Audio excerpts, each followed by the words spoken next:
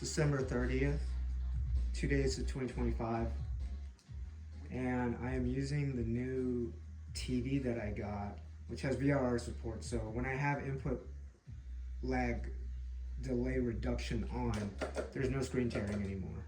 So that's good.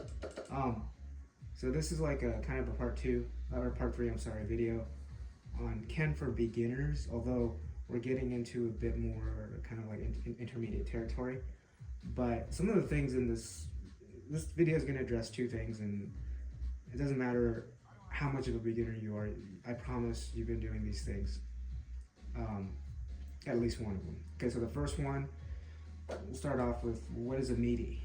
What do they mean by meaty? Well, I don't, as you can see, I don't have the health bars on this video.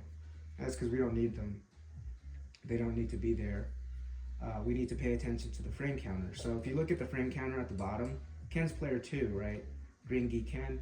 So right now, if I throw out that, if you pay attention to the red number 4, that tells me that this Crouching Fierce has 4 active frames.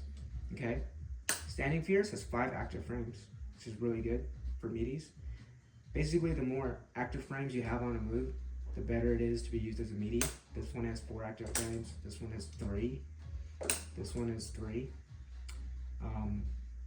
So they can still be used as a meaty, but Ken has a lot of different meaty setups, and you can explore those.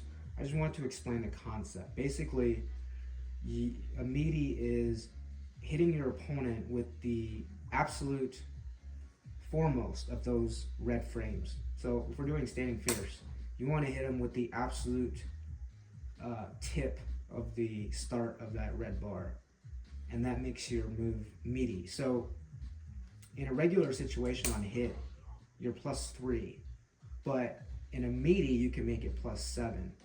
And season 2 changes took away several of Ken's meaty setups in the corner, where you could do like very easy frame kills after a throw. Now you have to micro walk. If you wanted to do this, see, I just put it on no block, so I can show you the meaty. But if you wanted to do this as a meaty, it's manually timed. That was meaty. I mean, it's 6 frames, but that was not a good meaty, because a good meaty is 7 frames, right? So you have to manually time these meaties if you're going to be doing a Standing Fierce meaty in a corner with Ken. You're going to have to micro walk and then just hit that meaty and hope you get it. But if you're +6, well, you can just do that right after. So even if you don't get the perfect meaty, you still have situations where you can benefit. So like even there where I didn't get, where he was waking up and I micro walked +6, you still get something like that. That's a 5-hit combo, right? But to show you how powerful meaties are, and I'm just explaining the concept. Again, I'm not going to show you every one of Ken's meaty setups. That would take too long to show. But like, this is a very easy one. If you get a sweep in the corner, we do what we call a frame kill, which means you don't have to manually time it. You just hit a button and it times it for you. So hitting that button times it for you. So Ken's meaty, based on a sweep in the corner into Standing Fierce, which gives you +7, is sweep, mash. I didn't get that. That was +4, but sweep, mash. There you go, +7. So you have to really practice at it. It's very executionally demanding, right? So you really have to practice at it. And if you have +7, you can do a lot of things. You can do that after, you can do that. That's 7 frames exactly, so let's try that.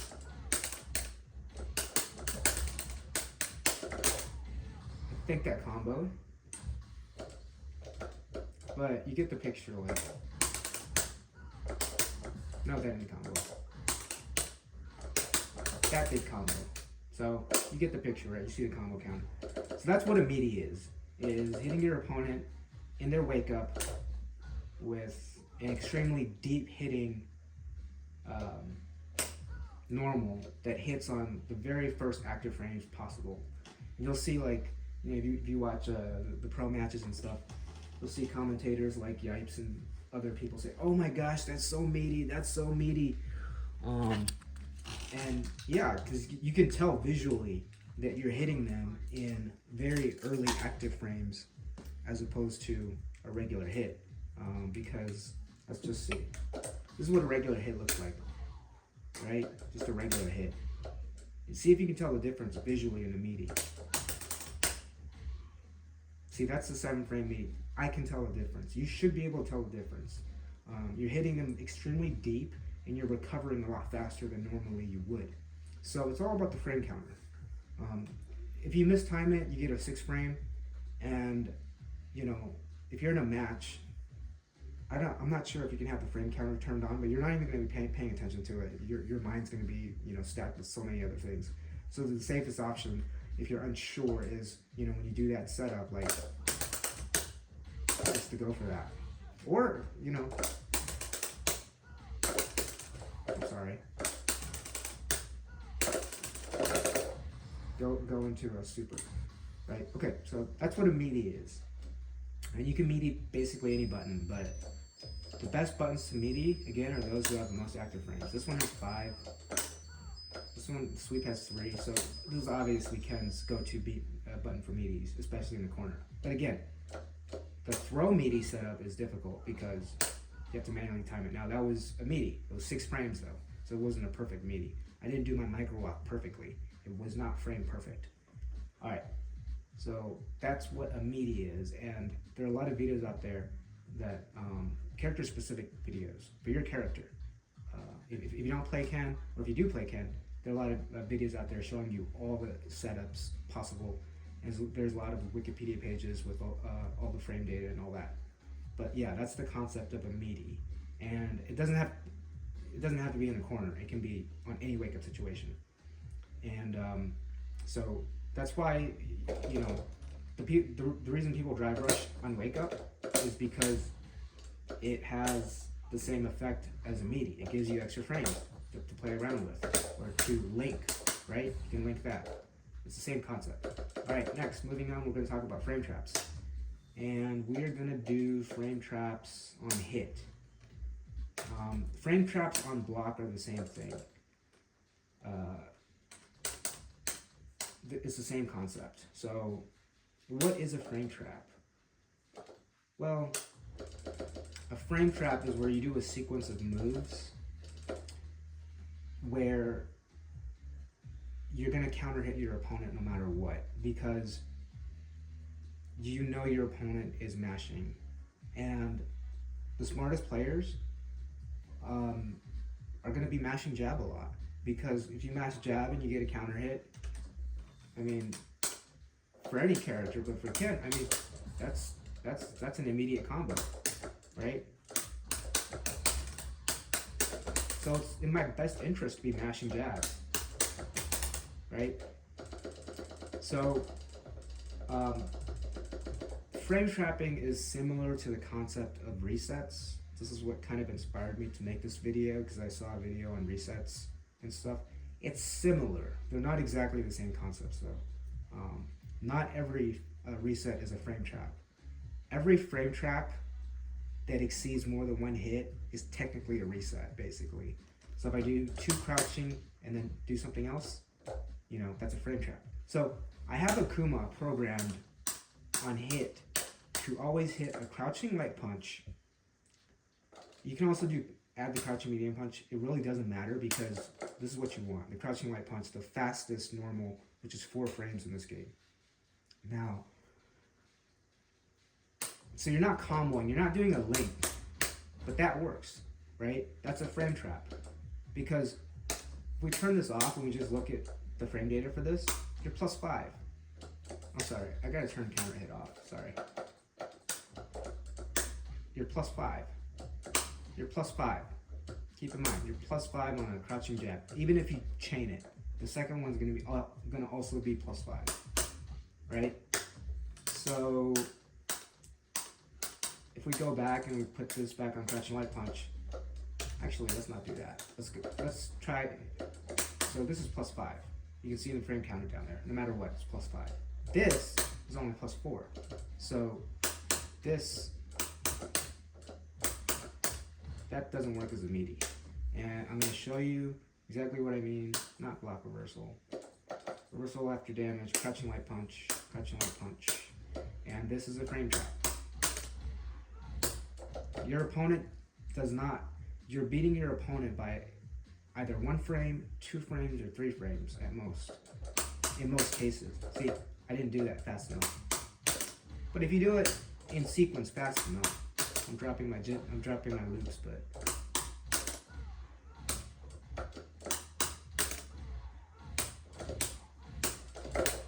but like, yeah, so you want to get familiar with the concept of frame traps. Now, I can explain all the math to you, but it's not nearly as good as visually showing it and seeing that counter hit counter indicator pop up on Ken's side, on player 2's side, right? So 7 frame, no problem, because crouching fierce is 8 frames, right? So you're +5, you do crouching fierce, which is 8 frames startup. They're doing a 4-frame jab. You hit them before their jab connects, right? So here's another example. You know, just doing standing strong twice, as if you were doing a target combo, or not a chain, but like basically just hitting it twice in sequence. It's not timed. You're just trying to get the second hit in as soon as the first one finishes recovering. But this is incredibly powerful because, you know, Ken has so many options after this. Right? So those are frame traps and meaties. And on block, it's the same concept. I'm not going to show you on block because Ken, he doesn't really have a lot of buttons that are plus on block, so you have to do it by drive rush. Whereas Akuma, you know, even forward fierce, you can frame trap somebody with because it's +2 on block. You can frame trap somebody with the dragon, what do you call it, dive kick sweep, because it's +2 on block. So that's what a frame trap is. Obviously, you can do, if they're mashing, you know, that's not a combo. That first hit does not count as a combo. So if I'm doing this, still 9 hits. And if I do this, still 9 hits. It's not a combo. First hit doesn't count. It's basically, like I said, 2 hits, that's technically a reset. Although there are a lot of people who would disagree with that, but I would say technically, as long as you get 2 hits in, as long as it's a combo, and you get the frame trap, it's a reset. But see, I mean, you can get trade combos too. Like, you can get that. See, one thing that you'll notice, the reason I compared crouching jab and standing jab is because that doesn't work. That does not work. Well, I mean, you get a trade, but it doesn't work because you're missing 1 frame. So it's literally frame perfect. You got to do it frame perfectly, but it's not that difficult in this game because of the generous input buffering. There are only a few moves in this game that are like really executionally difficult to pull off. I think Chun-Li is probably the most executionally difficult character. But yeah, that does not work because you're only +4. But that works. And you get the extended hurt box because it's a counter hit. So you can do jab, jab. And if they're mashing jabs, yeah. And so this applies to mashing any button. It doesn't have to be a jab. It could be this. I mean, they could be mashing like just like standing roundhouse because it's a 12-frame button for Ken. For Akuma, I think it's also a, you know, 11 or 12-frame button. But yeah, so those are basically what meaties and frame traps are. And frame traps are very much a part of what most people would call set play. In my opinion, there's lots of varying definitions in the fighting game community of what quote-unquote set play is, but the consensus definition is basically flowcharting. So you're not really playing your opponent.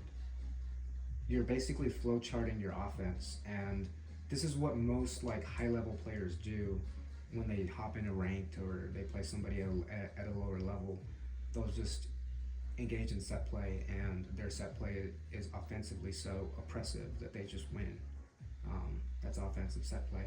But yeah, frame trapping is generally considered part of set play, but there's a lot of frame traps. So if you don't play Ken, I mean, there's a lot of other characters you can explore. Let's see if this works. Yep. There's 6 frames. You gotta kind of go in the frame counter, turn this off, and then turn it on again just to see how plus you are. It's kind of annoying, but you're +4 there.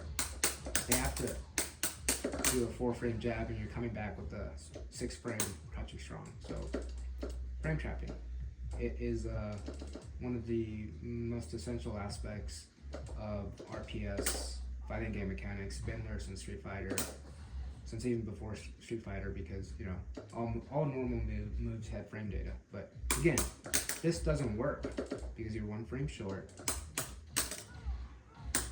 This does. Whoops. Yeah, I've seen pros do that sometimes. The Jinrai loot does get dropped a lot. I do drop it a lot. But it also gets dropped a lot in tournament settings because I think it's like a 2 or 3 frame window for the this version, and you have to be kind of frame perfect. The follow-up is also, I think, a 3 frame window.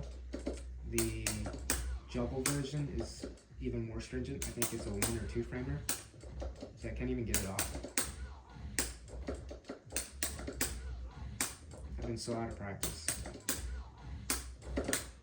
And then you can follow that up with another light Jinrai or an OD Jinrai. But yeah, it's basically a frame trap, and you'd be surprised at how often this sequence works.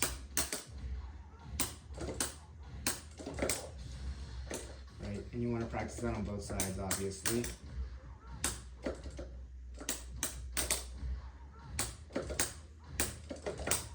Because the Jinrai loops, if you're using a stick, you have to go back to neutral or do a half circle forward.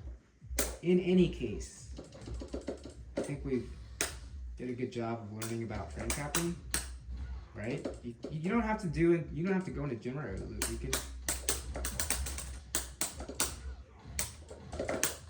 You can like cash out if you want.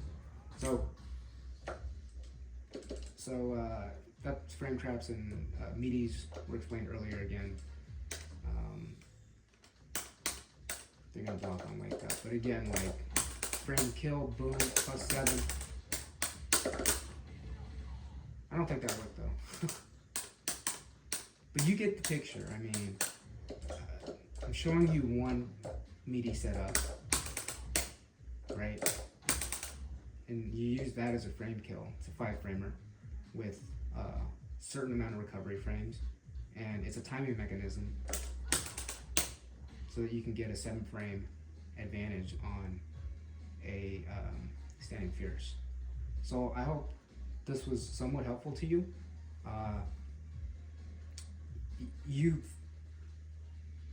I'm almost entirely sure that whether you're in Diamond, Platinum, Rookie, Bronze, you've been frame trapping people all day, because that's just how fighting game mechanics work, and you're not conscious of it, but you've been doing it.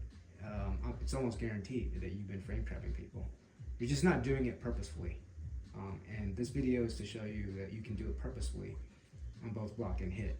I'm showing you the on hit version.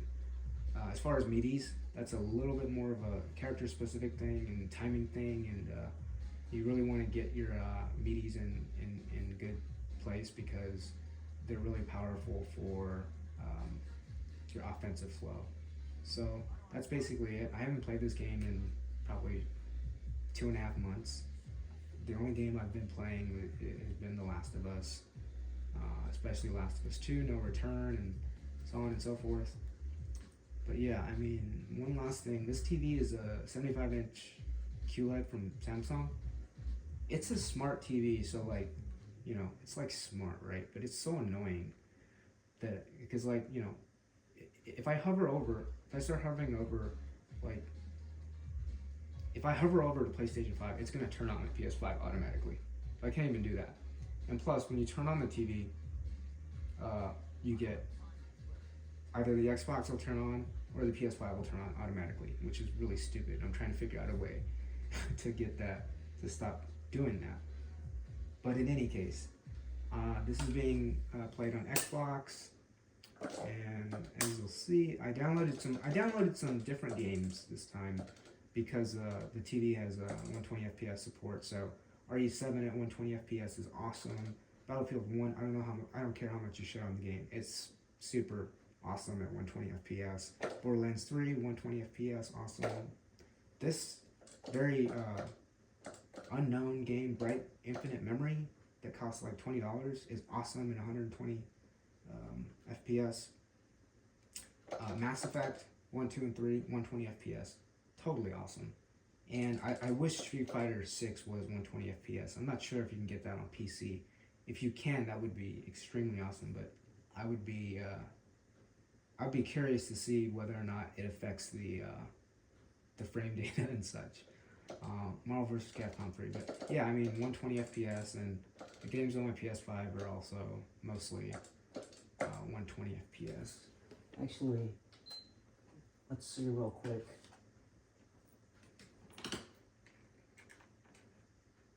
Hope you got some good New Year's Eve plans lined up. I'm going to an office party, but there will be drinks.